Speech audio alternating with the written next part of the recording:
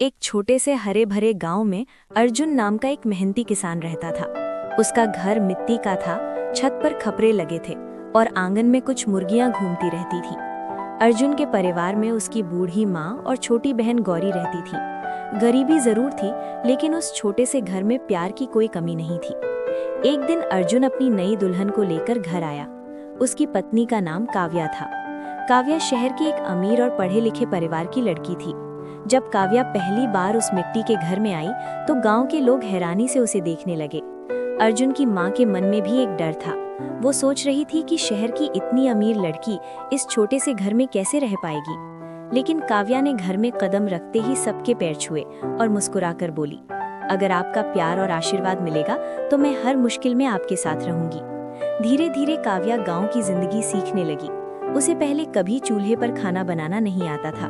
पहले दिन जब उसने मिट्टी के चूल्हे पर खाना बनाने की कोशिश की तो पूरा रसोई घर धुएं से भर गया। छोटी गौरी हंसते हुए बोली, भाभी ऐसे नहीं, मैं आपको सिखाती हूँ। फिर दोनों मिलकर खाना बनाने लगी। धीरे धीरे काव्या हर काम सीखने लगी, चावल धोना, सब्जी काटना, चूल्हे पर रोटी बनाना। कुछ ही दिनों में काव्या परिवार का हिस्सा बन गई। लेकिन एक दिन अचानक गांव में तेज बारिश शुरू हो गई। बारिश इतनी ज्यादा हुई कि खेतों में पानी भर गया। अर्जुन की सारी फसल बर्बाद हो गई। अर्जुन खेत के बीच खड़ा था और उसकी आंखों में चिंता साफ दिखाई दे रही थी, क्योंकि उसी समय गांव का महाजन मोहन उसके घर आ पहुंचा। मोहन गुस्से में बोला, अर्जुन, तुमने मुझसे 20,000 रुपए उधार लिए थे, अब ब्याज मिलाकर तुम्हें 50,000 रुपए देने होंगे। ये सुनकर पूरा परिवार डर गया। उनके पास इतना पैसा नहीं था। लेकिन तभी काव्या आगे आई। वो पढ़ी लिखी थी और उसे हिसाब किताब अच्छी तरह आता था।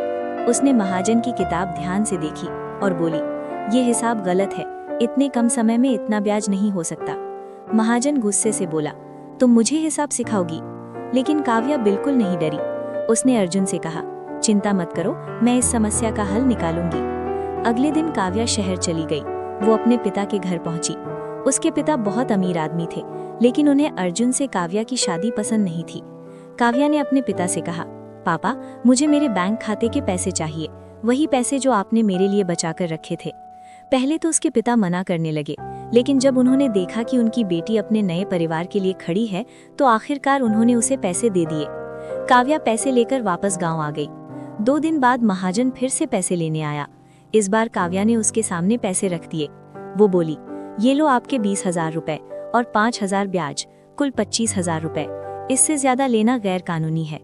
फिर काव्या ने कहा, अगर आपने ज्यादा पैसे मांगे तो मैं पुलिस को बुला लूंगी। महाजन डर गया और चुपचाप पैसे लेकर चला गया। लेकिन काव्या की सोच यहीं खत्म नहीं हुई। उसने परिवार से कहा, हम सिर्फ कर्ज चुकाकर नहीं रुकेंगे, अब हमें कुछ नया करना होगा। फिर काव्या ने एक नया आइडिया बताया। वो बोली, इस साल बाढ़ की वजह से खेती से ज्यादा फायदा नहीं होगा, लेकिन अगर हम मुर्गी और बत्तख का फार्म शुरू करें तो रोज अंडे बेचकर पैसा कमा सकते हैं। शुरू में उसकी माँ को ये बात समझ नहीं आई, लेकिन काव्या के आत्मविश्वास को देखकर सबने उसका साथ देने का फैसला किया।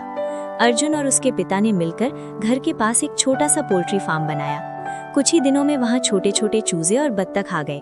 पूरा परिवार मिलकर उनकी देखभाल करने लगा। हर सुबह काव्या सबसे पहले उठती और मुर्गियों को खाना देती। अर्जुन अंडे इकट्ठे करता, गौरी अंडों को गिनती और टोकरी में रखती। धीरे धीरे उनका छोटा सा फार्म बड़ा होने लगा। कुछ महीनों बाद उनके फार्म में सैकड़ों मुर्गियां हो गईं। हर दिन बहुत सारे अंडे मिलने लगे। अर्जुन गांव के बाजार में अंडे बेचने जाने लगा। लोग उनके ताजे अंडे खरीदने लगे। अब घर में पहले से ज्यादा पैसे आने लगे। अर्जुन की माँ ये सब देखकर बहुत खुश हुई। उसे अपनी गलती का एहसास हुआ। एक दिन वो काव्या के पास आई और बोली, बहू, मैंने तुम्हें गलत समझा था, तुम सच में हमारे घर की लक्ष्मी हो। काव्या मुस्कुराई और बोली, माँ, ये सब हमने मिलकर किया है। अब वो छोटा सा मिट्टी का घर खुशियों से भर गया था।